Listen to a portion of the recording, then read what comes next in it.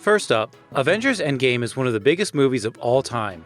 Not only is the film phenomenal, but it's also a great springboard for new stories, new characters, and new ideas. Now, one of its writers has said he wouldn't mind writing a solid Superman movie.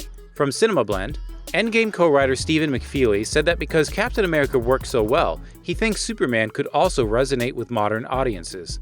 McFeely said the following: I think Captain America shows there are certainly ways to do a really good Superman movie in this day. You don't have to dirty him up. You don't have to get rid of his earnestness. The Christopher Reeve Superman is one of my favorite movies, so that's one we certainly borrow from all the time.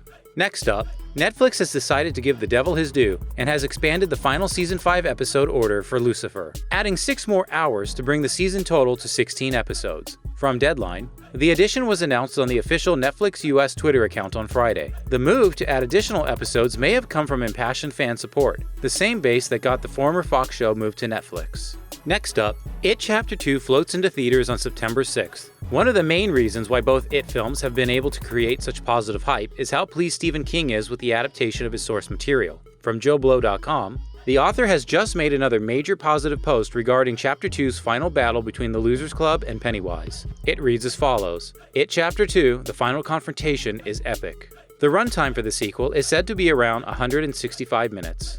Next up, The Irishman hasn't even hit Netflix yet, and acclaimed director Martin Scorsese is already onto his next project. Killers of the Flower Moon has long been planned to star Scorsese favorite Leonardo DiCaprio. From MovieWeb.com, now word comes that Robert De Niro will also be joining the project, with shooting set to take place during spring and summer 2020. Robert De Niro will be playing the role of William Hale. The synopsis is as follows. Set in 1920s Oklahoma, where the Osage Indians were granted revenue rights to oil discovered under their lands that was harvested by oil companies. Suddenly, they began to get murdered, as did those trying to investigate. It came down to the newly created Bureau of Investigation to overcome the corrupting influences from oil money and politics to solve the murder mystery, one that would bring the FBI to prominence.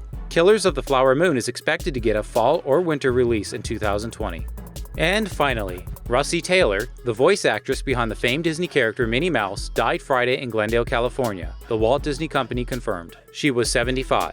From Variety, for more than 30 years, Minnie and Russi worked together to entertain millions around the world, a partnership that made Minnie a global icon and Russi a Disney legend beloved by fans everywhere. After assuming the character in 1986, she has since appeared in hundreds of Disney projects, including television shows, theme park experiences, animated shorts, and theatrical films. While working for Disney, Taylor also met her husband Wayne Allwine, who had voiced Mickey Mouse since 1977. The two married in 1991 and remained together until Allwine's death in 2009. And that will do it for today's installment of the Movie News Feed.